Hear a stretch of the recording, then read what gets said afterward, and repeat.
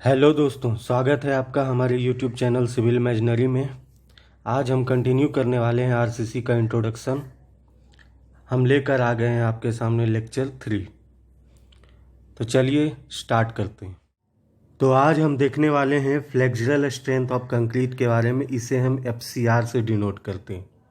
इसका empirical formula ये होता है, FCR is equal to 0.7 root under FCK, जहाँ पे हमारा FCK कैरेक्टरिस्टिक्स स्ट्रेंथ है।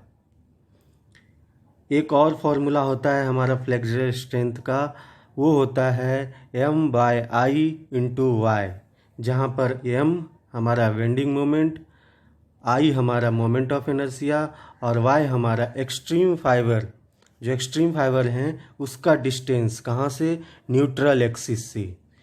ये फार्मूला हमारा इस बेंडिंग इक्वेशन से आया है। इस बेंडिंग इक्वेशन से हम कैसे इस फार्मूला को निकालते हैं, ये जानने के लिए पहले हमें ये पॉइंट देखना होगा। इस पॉइंट में है कि theoretical maximum tensile stress in extreme fibre is termed as modulus of rupture और फ्लेक्सुरल टेंसाइल स्ट्रेंथ। इसका ये मतलब हुआ कि मैक्सिमम टेंसाइल स्ट्रेंथ जो एक्सट्रीम फाइबर पे होगा उसी को हम मॉडुलस ऑफ रप्चर कहेंगे। तो इस जो फार्मूला है, इसमें जो हमारा सिग्मा है यही होता है बेंडिंग स्ट्रेस। ये बेंडिंग स्ट्रेस जो है वो क्या होगा, maximum tensile stress in extreme fibre. इसी इक्वेशन में हम इस FCR को कंसीडर करते हैं बेंडिंग स्ट्रेस के प्लेस पे। तब हमारा ये formula FCR equal to M/I into Y form होता है। नेक्स्ट हमारा एक पॉइंट है, FCR is use to calculate cracking moment. Cracking moment वो मोमेंट होता है जिस मोमेंट पे हमारा स्ट्रक्चर फेल हो जाए, हमारा बीम फेल हो जाए, उसी को हम क्या कहेंगे, क्रैकिंग मोमेंट कहेंगे। तो क्रैकिंग मोमेंट जो है वो हमेशा क्या होगा, बेंडिंग मोमेंट से ग्रेटर होगा, हमेशा बेंडिंग मोमेंट से ग्रेटर होगा क्रैकिंग मोमेंट। बेंडिंग मोमेंट से ग्रेटर होगा तभी तो उस ग्रेटर मोमेंट पे जाकर वो स्ट्रक्चर फेल हो जाएगा। अब हम देखने वाले हैं टेंसाइल स्ट्रेंथ ऑफ कंक्रीट। ये 10% ऑफ कंप्रेसिव स्ट्रेंथ होता है। फर्स्ट लेक्चर में हमने ये देखा था। ये टेंसाइल स्ट्रेस जब परमिसिबल स्ट्रेस से ज़्यादा हो जाता है तो क्रैकिंग आ जाते हैं स्ट्रक्चर में।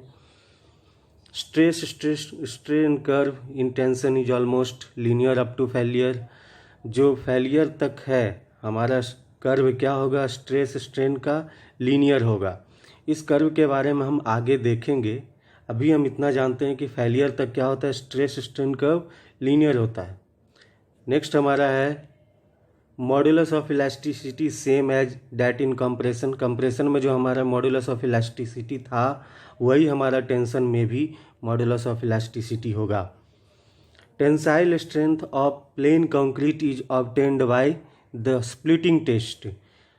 टेंसाइल स्ट्रेंथ जो है प्लेन कंक्रीट का हम कैसे निकालते हैं, स्प्लिटिंग टेस्ट से निकालते हैं।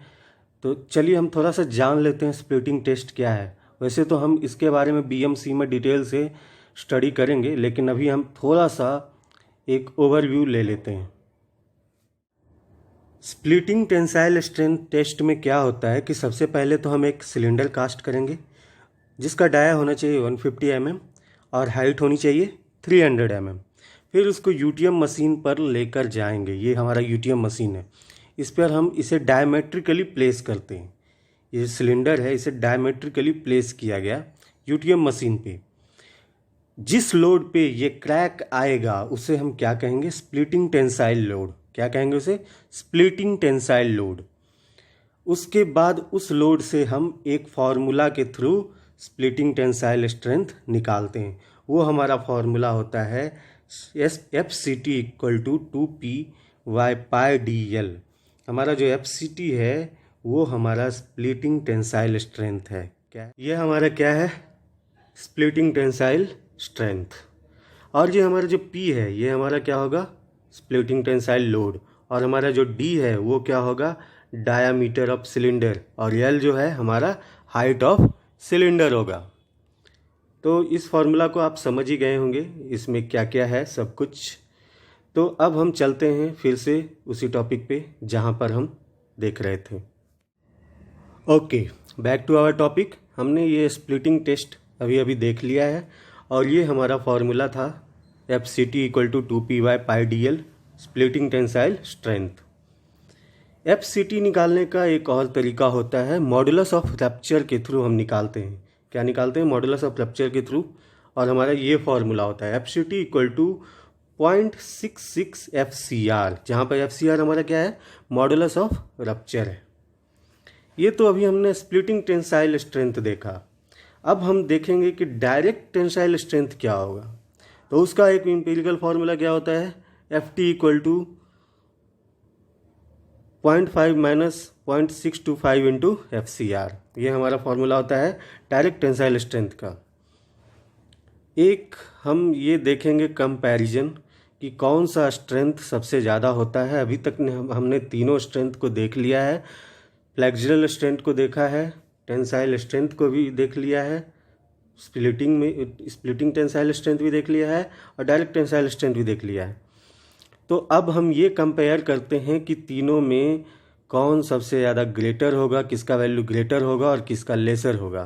तो ये हमारा जो रिलेशन है दोनों के बीच में कंपैरिजन का, वो ये है कि FCR का वैल्यू सबसे ज़्यादा ग्रेटर होगा, उससे कम हमारा स्प्लिटिंग टेंसाइल स्ट्रेंथ का वैल्यू होगा और सबसे कम वैल्यू हमारा क्या होगा? डायरेक्ट टेंसाइल स्ट्रेंथ का।